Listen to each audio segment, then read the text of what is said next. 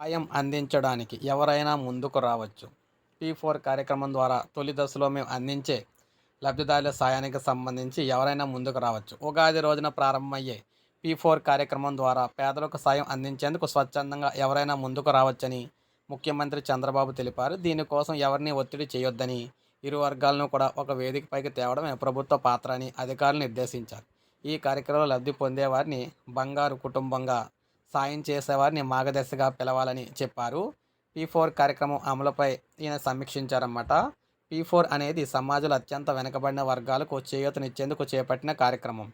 దీనికి రాష్ట్ర ప్రభుత్వం ప్రస్తుతం అమలు చేస్తున్న పథకాలకు ఎలాంటి సంబంధం కూడా లేదు. ప్రజల్లో ఎలాంటి అనుమానాలు కూడా అధికారులు తావివ్వద్దు అని స్పష్టం చేశారు. మొదటి దశలో 20 లక్షల కుటుంబాలకు లబ్ధి కల్పిస్తాం. గ్రామ సభ, వార్డు సభలు నిర్వహించడం ద్వారా తుది జాబితా రూపొందిస్తే వివాదరహితంగా ఉంటుంది. బంగారు కుటుంబాల ఎంపికలో ఎలాంటి పొరపాటు జరగడానికి వీల్లేదు అని ఆదేశించారు. ఉగాది రోజున అమరావతిలో జరిగే P4 ప్రారంభ కార్యక్రమానికి ప్రతి గ్రామం నుంచి ఒకరైనా హాజరయ్యేలా నియోజకవర్గానికి ఒక బస్సు ఏర్పాటు చేస్తున్నాం అని చెప్పేసి చెప్పడం అయితే జరిగిందనమాట. సో ఈ విధంగా అమరావతిలో కార్యక్రమంలో అమరావతిలో జరుగుతుంది P4 కార్యక్రమం అనేది. సో పేదలకు సాయం చేసేందుకు గ్రామ వార్డు సభలు అయితే పెట్టి ఎంపిక అయితే చేయబోతున్నారన్నమాట 20 లక్షల కుటుంబాలను. సో ఇది మనకు అప్డేట్. ఒక లైక్ చేయండి, సబ్స్క్రైబ్ చేసుకోవద్దు, మన ఛానల్ సబ్స్క్రైబ్ చేసుకొని